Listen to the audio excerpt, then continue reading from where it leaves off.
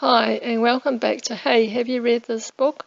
The book Mistaken Identity, written by Don and Susie Van Ryn, and Newell, Colleen, and Whitney Cerak, is the topic of this episode. After a terrible road accident, Laura Van Ryn had serious injuries and was fighting for her life. Laura's family was with her constantly as she slowly came out of her coma and recovered from her injuries.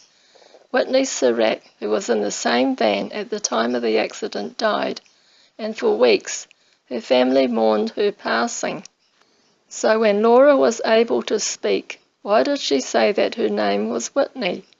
On 26 April 2006 in Marion, Indiana, 22-year-old Taylor University student Laura Van Ryn was a passenger in a van travelling back to campus when a semi-truck crossed the median strip into the path of the van.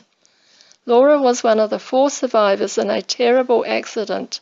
She was thrown 50 feet from the van, was in a critical condition and taken to Parkview Hospital in Fort Wayne.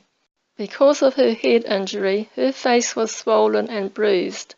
She had several broken bones, including a shattered elbow, a badly broken leg, and broken collarbone. 5 people died, including 18-year-old Whitney Cerak from Gaylord, Michigan. She was also a student at Taylor University, an evangelical Christian college. After her accident, so many people came to see Laura in hospital that they had to wait in a line. Laura's sister Lisa started to write about Laura's progress on a blog so that everyone who knew Laura could see how she was doing. Word of the blog went outside of family and friends, and soon people from around the world were checking the blog. After 5 weeks, there were hundreds of comments posted on the blog every day. Laura's parents left their jobs so they could spend their time with Laura while she recovered.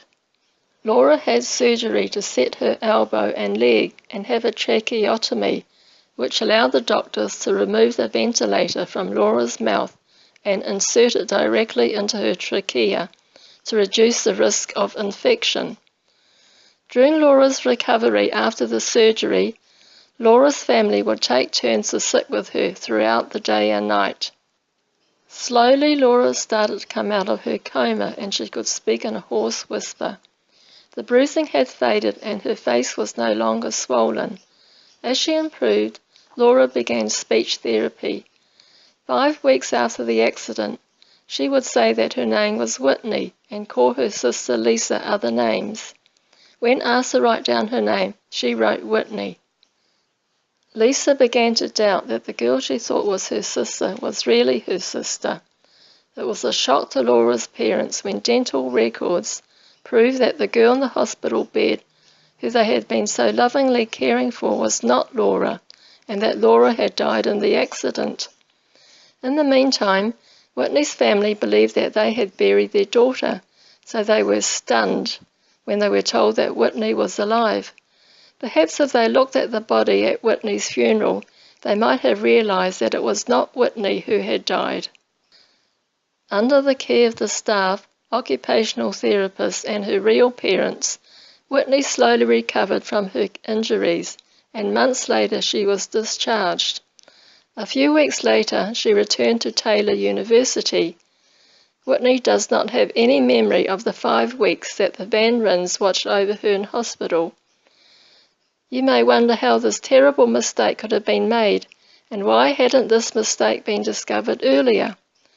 Well, when Laura's family was first told that the girl in the hospital was Laura, they had no reason to doubt it. Whitney and Laura's body types, their hair colour and facial features were similar, and maybe Laura's family wanted to believe that this girl was Laura, because if she wasn't, it would have meant that Laura must have died with the other crash victims.